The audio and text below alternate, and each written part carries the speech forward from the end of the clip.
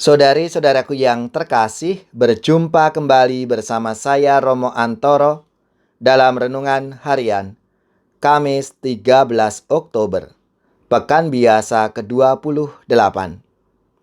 Semoga kita bersama keluarga, komunitas kita, selalu dalam keadaan baik, sehat, dan tetap bersemangat.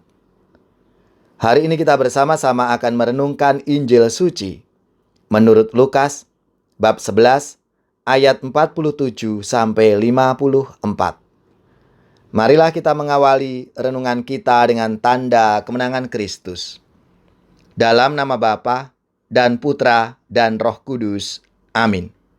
Sekali peristiwa, tatkala duduk makan di rumah seorang Farisi, Yesus berkata, "Celakalah kalian, sebab kalian membangun makam bagi para nabi, padahal nenek moyangmu lah yang telah membunuh mereka. Dengan demikian kalian mengakui bahwa kalian membenarkan perbuatan nenek moyangmu, sebab mereka telah membunuh nabi-nabi itu, dan kalian membangun makamnya.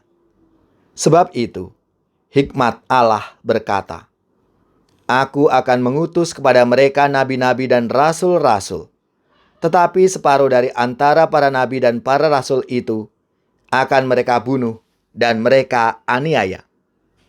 Maka dari angkatan ini akan dituntut darah semua nabi yang telah tertumpah sejak dunia dijadikan, mulai dari darah Habel sampai kepada darah Zakaria yang telah dibunuh di antara mazbah dan rumah Allah.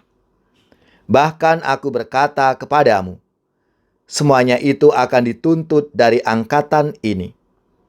Celakalah kalian, hai ahli-ahli Taurat, sebab kalian telah mengambil kunci pengetahuan.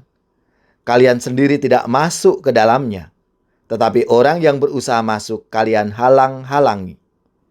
Dan setelah Yesus berangkat dari tempat itu, para ahli Taurat dan orang Farisi terus-menerus mengintai dan membanjirinya dengan rupa-rupa soal. Dengan itu mereka berusaha memancingnya supaya mereka dapat menangkapnya berdasarkan sesuatu yang diucapkannya. Demikianlah sabda Tuhan. Terpujilah Kristus. Saudari-saudaraku yang terkasih, dalam kitab suci sering kita baca Yesus mengecam ahli Taurat. Padahal ahli Taurat adalah penafsir resmi kitab suci. Yesus mencela praktek hidup keagamaan para ahli Taurat yang ingin dihormati berlebihan. Mengapa kritik Yesus terasa keras, tajam, dan kena sasaran? Karena Yesus tidak hanya membaca kitab suci, tetapi justru ia sangat menjiwai kitab suci dalam hidupnya.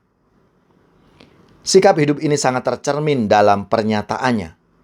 Janganlah kamu meniadakan hukum Taurat atau kitab para nabi. Aku datang bukan untuk meniadakannya, melainkan untuk menggenapinya. Para ahli Taurat cenderung lupa bahwa Tuhan telah melakukan perbuatan-perbuatan ajaib. Keselamatan telah dikerjakan kepadanya oleh tangan kanannya, oleh lengannya yang kudus.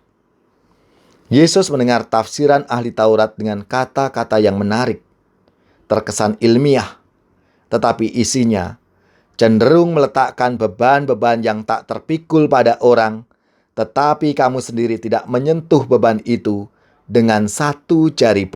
Mereka memberi nasihat, tetapi tidak melaksanakannya. Para ahli Taurat memberi tekanan berat sebelah atas kewajiban-kewajiban yang dibebankan kepada umat. Saudari-saudaraku yang terkasih, pesan kitab suci lalu kehilangan cirinya yang mendasar sebagai kabar gembira keselamatan yang secara cuma-cuma ditawarkan oleh Allah. Khotbah, katekese, pengajaran dan kuliah agama tidak membantu orang beriman untuk mengenal karunia-karunia Allah. Kita lupa bahwa orang sederhana, orang miskin, yang tidak berpendidikan dapat memberikan terang yang lebih tajam kepada penafsiran dan aktualisasi kitab suci dari sudut pandang spiritual dan eksistensial lebih daripada yang muncul dari kajian yang hanya menggantungkan diri pada intelektual saja. Saudari-saudaraku yang terkasih, marilah melalui sabda Tuhan hari ini, kita semua diundang dan dipanggil untuk ikut ambil bagian dalam pewartaan kabar gembira, kabar sukacita Tuhan, lewat tindakan, perbuatan-perbuatan baik kita di tengah-tengah keluarga, lingkungan, dan dimanapun kita berada. Sesudah dirimu diselamatkan, jadilah saksi Kristus. Cahaya hatimu jadi terang, jadilah saksi Kristus. Tujuan hidupmu jadi nyata, jadilah saksi Kristus. Setelah dirimu kau tinggalkan, jadilah saksi Kristus. Kehidupan baru kau dapatkan, jadilah saksi Kristus.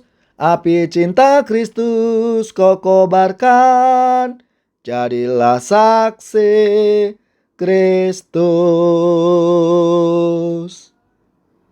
Semoga saudara-saudari sekalian, keluarga-keluarga dan komunitas kita, orang-orang yang kita doakan, mereka yang sakit, yang menderita, seluruh tugas, belajar, pekerjaan, usaha, serta karya pelayanan kita, dibimbing, dilindungi dan diberkati oleh Allah yang Maha Kuasa, Bapa dan Putra dan Roh Kudus. Amin.